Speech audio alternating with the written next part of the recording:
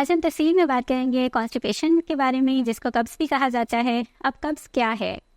कब्ज़ का जो हमारी मेडिकल टर्मिनोलॉजी में हम कब्ज़ को तब कहते हैं अगर पेशेंट को कम से कम 3 दिन स्टूल पास ना करे वो, या हफ्ते में 2 या उससे कम बाउल मूवमेंट्स हो, यानी कि वो 2 से कम बार स्टूल पास करे। कुछ पेशेंट्स रोज़ाना भी पखाना कर रहे होते हैं लेकिन थोड़ा सख्त होता है तो वो उसको भी कब्ज़ कहते हैं, हालांकि उसको कब्ज़ नहीं कहा जाता।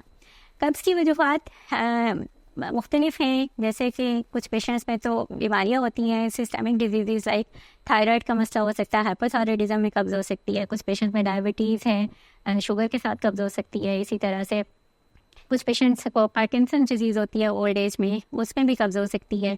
पेशेंट्स इस तरह की अद्वियात भी इस्तेमाल कर रहे होते हैं जिनकी वजह से कब्ज़ होती है, जैसे कि ब्लड प्रेशर की दवाइयाँ। इसी तरह से पार्किंसन डिजीज़ में जो दवाइयाँ मिलती हैं उनसे कब्ज़ हो सकती है।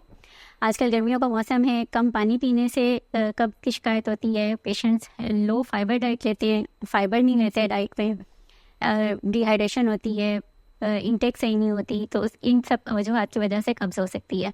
और कुछ पेशेंट्स में कुछ ख़तरनाक बीमारियां भी हो सकती हैं, जैसे जिनको हम कैंसर वगैरह कहते हैं, उनमें भी वो कब्ज़ के साथ प्रेजेंट कर सकते हैं, या फिर इन्फ्लेमेटरी बॉल डिजीज़ है उसमें भी कब्ज़ हो सकती है। हाँ, जब अगर आपको स्वेयर कब्ज़ हो या उसके साथ कुछ खतरे वाली अलामत जैसे कि पखाने में फ़ोम का आना, या वज़न कम होना, या जैसे में गिल्टियाँ बन जाना, या इलाज के बावजूद अगर कब्ज़ ठीक नहीं हो रही है तो आपको अपने डॉक्टर से ज़रूर रुजू करना चाहिए, अपने मौली से रुजू करें ताकि बीमारी की तशख़ीस हो सके और फिर उसके मुताबिक आपको मेडिसिन मिल सके, उसके मुताबिक आपकी बीमारी का इलाज हो सके। जनरल एडवाइस में कब्ज़ के लिए पानी ज़्यादा पीना चाहिए। तकरीबन आजकल तो गर्मियाँ हैं तो एटलीस्ट 2 to 3 लीटर्स पानी का इंटेक होना चाहिए। और इसके अलावा हमें डाइट में फ़ाइबर ज़्यादा लेना चाहिए। अब हाई फाइबर डाइट से होती है, जिन चीज़ों में ज़्यादा फाइबर है उसमें फ्रूट्स आ जाते हैं, एप्पल है, इसी तरह से वाटरमेलन है, मेलन है, कुछ वो वाटर फ्रूट्स होते हैं, उनमें फ़ाइबर भी होता है। हमारी जो रोटी है उसमें फ़ाइबर होता है, होल व्हीट बगैर छाने हुआ आटा इस्तेमाल करना चाहिए, उसमें काफ़ी फ़ाइबर होता है। इसके अलावा एडिशनली भी फ़ाइबर लिया जा सकता है, जैसे कि इसको बोल के छिलके भी ले सकते हैं।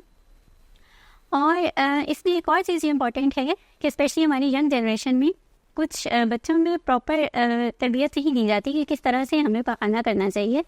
तो आजकल लोग अक्सर वॉशरूम में बैठ के मोबाइल यूज़ कर रहे होते हैं, इसी तरह से न्यूज़पेपर पढ़ रहे होते हैं या बुक्स पढ़ते हैं। तो कोशिश ये करनी चाहिए कि जैसी हाजत हो, एक तो आप उसको प्रॉपर टाइम दे के फ़ौरन से कंप्लीट करें, और उसके बाद इस दौरान आपका ध्यान कहीं और ना हो, आप आराम से रिलैक्स होकर इसको करें। वरना समटाइम्स कुछ पेशेंट बहुत ज़्यादा जोर लगा के करते हैं, उसकी वजह से इनर फिशर बन सकता है, या जिसको हम कहते हैं कि कट लग सकता है, बवासीर का मसला हो सकता है जिसका खून आता है। इसी तरह से और भी पेचीदगियाँ हो सकती हैं कॉन्स्टिपेशन की वजह से। तो अगर तो आपको इन नॉर्मल जनरल नुस्खों से अगर आपको आराम नहीं आता तो आपको चाहिए कि अपने डॉक्टर से रुजू करें। हम यहाँ पे हर तरह का टेस्ट भी करते हैं, इसके लिए कोलोनोस्कोपी का भी टेस्ट करते हैं, एंडोस्कोपी का भी टेस्ट करते हैं।